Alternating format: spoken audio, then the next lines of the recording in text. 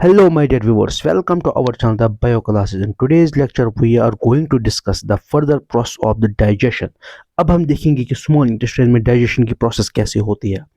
Peptones, proteins, and proteases now by the action of the trypsin, chymotrypsin, and carboxypeptidase into the dipeptides. अब होता क्या है, जो peptones, proteins and proteases है, ठीक है, जो कुछ प्रोटीन्स का डाइजेशन स्मॉल इंटेस्टाइन में हुआ था, ठीक है, और वो कन्वर्ट हो रहे थे into the peptones and proteases, ठीक है. अब इसको और फर्दर डाइजेशन होगी with the help of the enzyme trypsin, chymotrypsin, carboxypeptidase, ठीक है. ये इनको और डाइजेस्ट करेंगे इनटू द स्मॉलर फॉर्म, या हम कहेंगे ब्रेक डाउन करेंगे into the simpler form, into the dipeptides, ठीक है.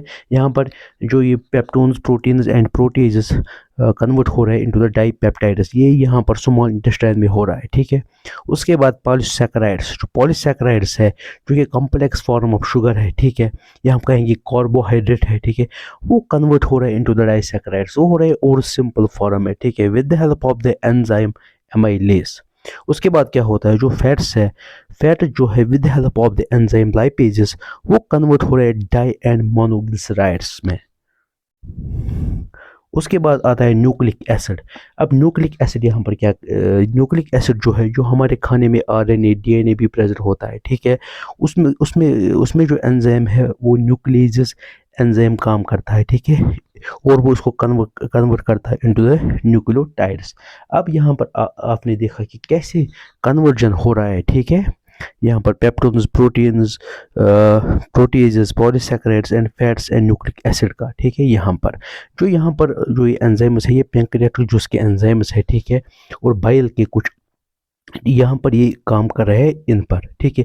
अब यहाँ पर क्या होगा, जो हमने पिछली वीडियो में आपसे डिस्कस किया था कि कैसे स्मॉल इंटेस्टाइन अपना एंजाइम रिलीज करता है, जिसको कहते हैं जिसको कहते हैं स्मॉल इंटेस्टाइनल जूस.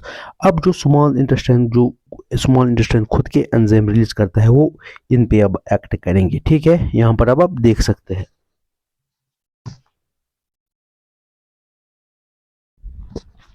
नाउ अब हम देखेंगे कि एक्शन ऑफ सकस एंटेरिकस, जो कि स्मॉल इंटेस्टाइन के खुद के जूस है, ठीक है. अब उससे क्या एक्शन होगा हमारे फूड पे, ठीक है. जो डाइपेप्टाइड्स है, ठीक है, वो उस पर एक एंजाइम एक्ट करेगा, डाइपेप्टाइडीज, जो उसको कन्वर्ट करेगा इनटू द एमिनो एसिड.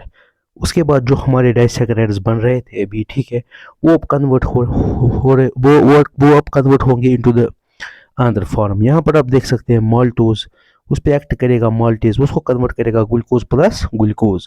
उसके बाद सक्रोज पे एंजाइम एक्ट करेगा सक्रेज, वो इसको कन्वर्ट करेगा ग्लूकोज प्लस फ्रैक्टोज. उसके बाद लैक्टोज, उस पर एक एंजाइम एक्ट करेगा लैक्टेज, वो उसको कन्वर्ट करेगा ग्लूकोज प्लस गैलेक्टोज. यहाँ पर आप देख सकते हैं कि और सिंपलर फॉर्म में फूड कन्वर्ट हो रहा है, ठीक है. ये तीनों डाइसैकेराइड्स है, ठीक है. उसके बाद जो फैट से हमें डाई एंड मोनोग्लिसराइड मिला था, वो अब कन्वर्ट होगा into the fatty acids and glycerol with the help of the enzyme lipases. उसके बाद जो न्यूक्लियोटाइड है, ठीक है, उस पर एक एंजाइम एक्ट करेगा न्यूक्लियोटाइडेजेस, वो उसको कन्वर्ट करेगा शुगर एंड फॉस्फेट आयंस में, ठीक है. अब यहाँ पर आप देख सकते हैं जो ये फूड है, जो ये कन्वर्जन हुआ फूड का, ठीक है, ये हम कहेंगे न्यूट्रिएंट्स का, ठीक है. अब ये सब स्मॉल इंटेस्टाइन से एब्जॉर्ब होंगे इनटू द ब्लड, क्योंकि ये सॉल्युबल फॉर्म है और सिंपलर फॉर्म है. अब होगा क्या, जो अनडाइजेस्टेड फूड है, ठीक है, जिसकी डाइजेशन नहीं हुई, वो लार्ज इंटेस्टाइन में जाएगा, ठीक है, आगे लार्ज इंटेस्टाइन में जाएगा, वहाँ पर वो रेक्टम में स्टोर रहेगा. अब लार्ज इंटेस्टाइन का काम क्या है, वहाँ पर जो फूड में वाटर एंड मिनरल्स और आयन्स उसमें प्रेजेंट होते हैं, ठीक है, वो एब्जॉर्ब होंगे, ठीक है, इनटू द लार्ज इंटेस्टाइन, और लार्ज इंटेस्टाइन उसको लिम्फ या हम कहेंगे ब्लड में डालेगा, ठीक है. उसके बाद जो अनडाइजेस्टेड फूड उसके बाद भी रहा, वो अनस के थ्रू हम बाहर फिर डालते हैं, ठीक है. अब हम नेक्स्ट वीडियो में इसको फर्दर कंटिन्यू करेंगे. Thank you.